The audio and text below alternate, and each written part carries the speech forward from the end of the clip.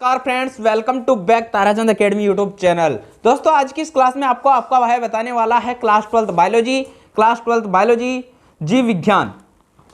आपको हेडिंग में दिख रहा है। आज से हम इस क्लास में बायोलॉजी के भी इंपॉर्टेंट क्वेश्चन पर डिस्कस करेंगे। चैप्टर क्रमांक 1 है जीवों में जनन। जीवों में जनन आपके फर्स्ट चैप्टर का नाम है बायोलॉजी के। वेरी इंपॉर्टेंट क्वेश्चन है। Very important question 2022 board exam वाले ध्यान से देख लो दोस्तों। बोर्ड एग्जाम 2022 में यहां से क्वेश्चन आना तय है, प्रश्न इनसे बाहर नहीं जाएगा।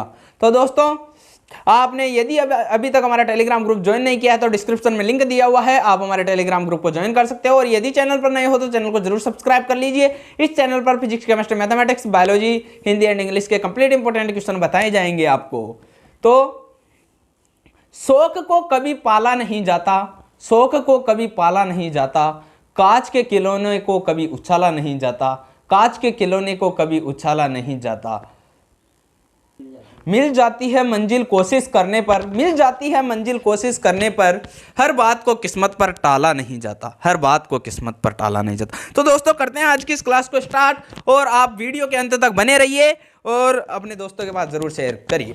तो आज का पहला क्वेश्चन आपके सामने, शैवाल और कवक जैसे जीवों में, शैवाल और कवक जैसे जीवों में जीवों की सामान्य विधि क्या है? यानी जैसे जीवों में जीवों की सामान्य विधि कौन सी है? अलैंगिक जनन। इसका आंसर होता है दोस्तों अलैंगिक जनन होता है। दूसरा क्वेश्चन है आपके सामने, बहुवर्षीय बांस की प्रजाति का नाम बताइए। बहुवर्षीय बांस की प्रजाति का नाम क्या होता है? इसका होता है मेलोकोना बैम्बूसाइडी। क्या होता है? मेलोकोना बैम्बूसाइडी। दोस्तों, आपके बायोलॉजी में शॉर्ट क्वेश्चन बहुत ज्यादा पूछे जाते हैं, एक नंबर के। तो दोस्तों, ये ओनली एक दो अक्सर के होते हैं और आपको एक नंबर मिल जाते हैं। बायोलॉजी में आपके नाम बहुत ठप होते हैं, ये आपको याद तो करना पड़ेगा दोस्तों, क्योंकि आपको एक नंबर लाना है। इन दो अक्षरों में ही देखिए आपको एक नंबर मिल रहा है आसानी से। तो आपको आसानी से समझ में आ रहा होगा। स्क्रीनशॉट लेना चाहे तो स्क्रीनशॉट ले सकते हैं आप। आज का क्वेश्चन क्रमांक 3 है, विषम थैलेसी किसे कहते हैं? तो विषम थैलेसी परिभाषा लिखनी है, जब दोनों जनन संरचनाएं अलग अलग पादपों पर पाई जाती है, विषम थैलेसी कहलाती है। यानी दोनों जनन संरचनाएं अलग अलग पादपों पर पाई जाती है, उसे क्या कहते हैं? विषम थैलेसी कहते हैं। यहाँ उसे विषम थैलेसी कहते हैं।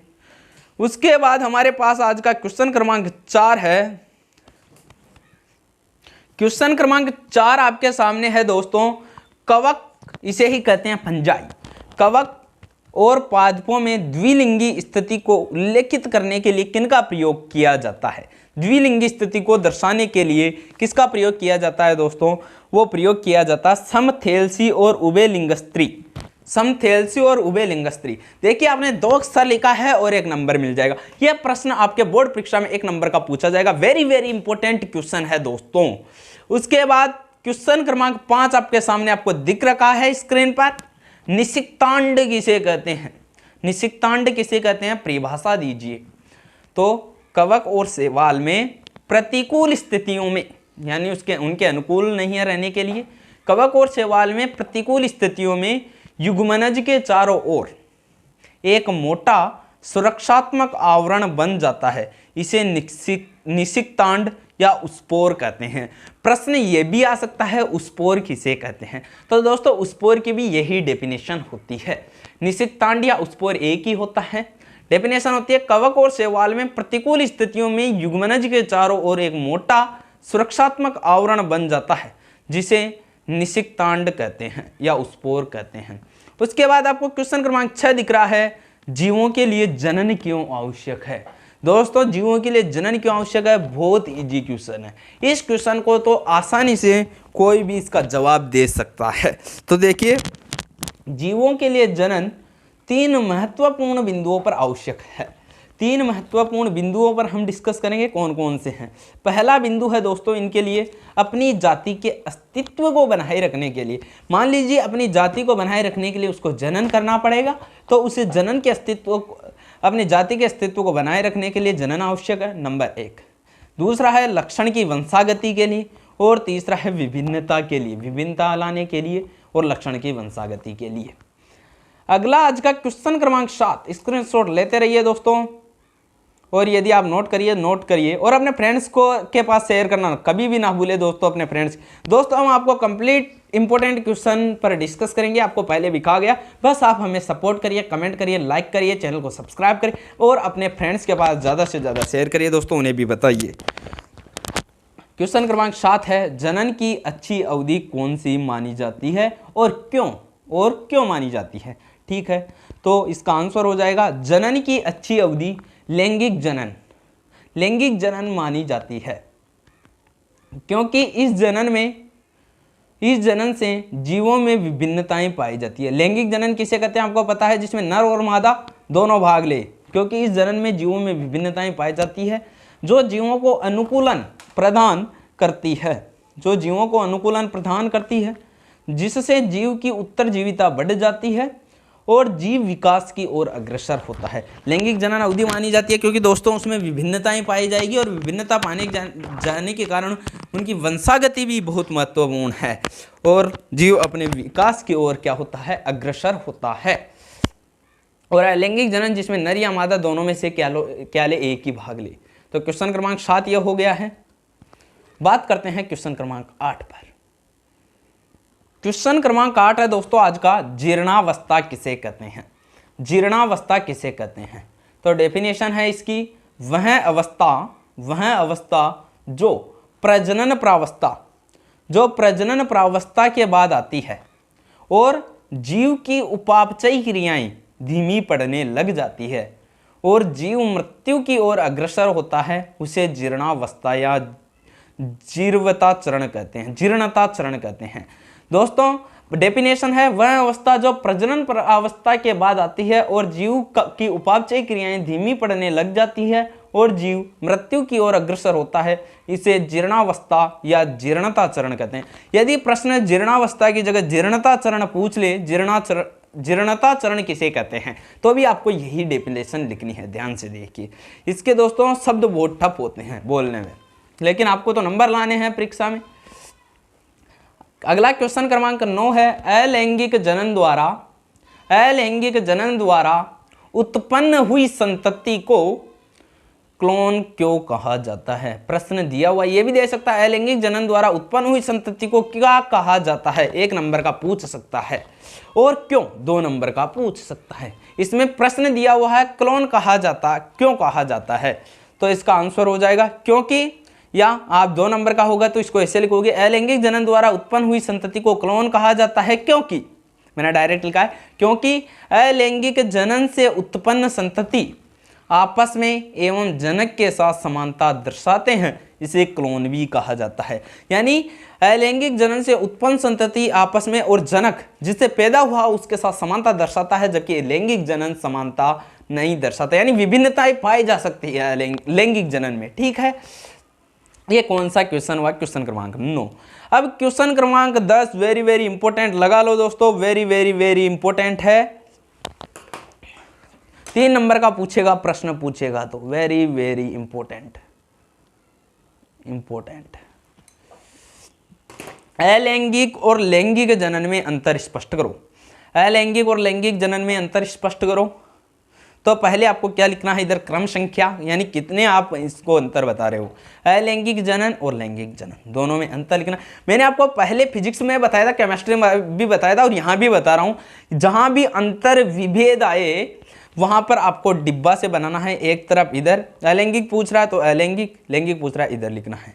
तो अलैंगिक में क्या होती है, एकल जनकीय प्रक्रिया, यानी एक ही भाग लेता है, या तो नर लेगा या मादा लेगा, यानी एक ही संतति से प्राप्त उत्पन्न होते हैं संतान। ठीक है, और यहाँ द्विजनकीय प्रक्रिया, दोनों नर और मादा दोनों रहते हैं, और यहाँ पर युग्मक नहीं बनते हैं अलैंगिक जनन में, जबकि यहाँ युग्मक का निर्माण होता है। और ध्यान दीजिए, दोनों यहाँ पर हमेशा सम्मुख लिखे जाएंगे, अंतर तभी तो पता लगेगा। यहाँ लिख देंगे एकल जनकीय प्रक्रिया, यहाँ लिखेंगे युग्मक का निर्माण होता है, तो ये डिफरेंस कैसे पता चलेगा फ्रेंड्स। तीसरा है निषेचन उपस्थित नहीं होते हैं। निषेचन उपस्थित नहीं होते हैं, यहाँ निषेचन अनुपस्थित होते हैं। फ्रेंड्स एक मिनट, यहाँ अलैंगिक जनन में निषेचन उपस्थित नहीं होते हैं, जबकि लैंगिक जनन में निषेचन उपस्थित होते हैं। यहाँ इसको ऐसे भी लिखा जा सकता है निषेचन अनुपस्थित और इसे निषेचन उपस्थित। नंबर 3, यहाँ पर नंबर 4 है, नंबर 4 हो जाएगा दोस्तों जनन की विधि सरल और तीव्र। अलैंगिक जनन में जनन की विधि सरल और तीव्र होती है, जबकि लैंगिक जनन में जनन की विधि जटिल और धीमी होती है। ठीक है, इसके बाद 5 नंबर है उत्पन्न संतति आपस में और जनक से समानता रखते हैं। मैंने भी पहले भी बताया है, उत्पन्न संतति आपस में और जनक से समानता रखते हैं, समानता नहीं रखती है अर्थात भिन्न होते हैं। विभिन्नताएं पाई जा सकती है कौन से जनन में, लैंगिक जनन में। क्वेश्चन 3 नंबर का पूछा जाएगा दोस्तों, लिखना जल्दी से लिख लीजिए, वीडियो को बीच में रोक दीजिए। बात करते हैं क्वेश्चन क्रमांक 11। क्वेश्चन क्रमांक 11 है आपके सामने, बाह्य निषेचन की व्याख्या करें, यानी परिभाषा लिखना है और इससे होने वाले नुकसान, हानियां या सीमाएं बताइए। एक ही प्रकार के मैंने दोस्तों इसको क्वेश्चन को तोड़ मरोड़ के बता दिया, आपको नुकसान भी आ सकता है, हानियां आ सकती है, सीमाएं आ सकती है, बताइए। तो पहले आपको बाह्य निषेचन पूछ रहा है, तो बाह्य निषेचन की डेफिनेशन लिखिए। बाह्य निषेचन की डेफिनेशन होती है निषेचन का वह प्रकार जिसमें युग्मक का संलयन मादा प्राणी के शरीर के बाहर होता है, उसे बाह्य निषेचन, बाह्य दे रखा है यानी बाहरी भाग में होता है। निषेचन का वह प्रकार जिसमें युग्मक का संलयन मादा प्राणी के शरीर के बाहर होता है, उसे बाह्य निषेचन कहते हैं। और इससे होने वाली नुकसान या हानियां, जीवित रहने की संभावना कम होती है, यानी जो बाह्य निषेचन से उत्पन्न संतान है वो जीवित रहने की संभावना उनकी कम होती है। युग्मनज का निर्माण और जीव का परिवर्धन शरीर के बाहर होता है। इस प्रकार के निषेचन में जीव को शिकारियों का खतरा रहता है, यानी परिवर्तन शरीर के बाहर, और जब ये उत्पन्न होंगे तब जीव को शिकारियों का खतरा रहता है। युग्मकों का अधिक उत्पादन और युग्मकों की अधिक ऊर्जा खर्च भी होती है। युग्मकों का अधिक उत्पादन और अधिक ऊर्जा खर्च, नंबर 4, इसके 4 नुकसान होते हैं। उसके बाद हम बात करते हैं दोस्तों क्वेश्चन क्रमांक 12 पर। ये क्वेश्चन क्रमांक 11 है आपके सामने। क्वेश्चन क्रमांक 12 है युग्मक जनन और भ्रूणोद्भव के बीच अंतर स्पष्ट करो। तो अंतर, विभेद कुछ भी आ सकता है, तो पहले आपको लिखना है युग्मक जनन और भ्रूणोद्भव के बीच अंतर। अब आपको इधर क्रम संख्या, युग्मक जनन और भ्रूणोद्भव, अब आपको डिब्बा से बनाना है। तो नंबर 1 होता है युग्मक जनन, यह निषेचन पूर्व की घटना है। युग्मक जनन किसकी? निषेचन पूर्व की घटना है, जबकि भ्रूणोद्भव निषेचन के बाद की घटना है। निषेचन के बाद की क्या है? घटना। ये युग्मक जनन में अर्धसूत्री विभाजन होता है, आपको पता है। भ्रूणोद्भव में भी आपको पता है, इधर अर्धसूत्री तो इधर समसूत्री विभाजन होता है, समसूत्री विभाजन। नंबर 3 पर आता है इधर युग्मक का निर्माण होता है। युग्मक का निर्माण होता है, इधर आएगा युग्मनज से भ्रूण का निर्माण होता है। इधर तो युग्मक का निर्माण होता है, युग्मक जनन में युग्मक का निर्माण होगा, जबकि भ्रूणोद्भव में किसका निर्माण होगा? भ्रूण का। किससे होगा? युग्मनज में, युग्मनज से। ठीक है। नंबर 4 का अंतर है युग्मक जनन से बनने वाली संरचनाएं ऐन होती है। युग्मक जनन से बनने वाली संरचनाएं क्या होती है? ऐन होती है। और युग्मनज से बनने वाली संरचना भ्रूण अगुणित होती है। भ्रूण अगुणित होती है। युग्मनज से बनने वाली संरचना भ्रूण अगुणित, और युग्मक जनन से बनने वाली संरचनाएं ऐन होती है। बात करते हैं क्वेश्चन क्रमांक 13 क्या है।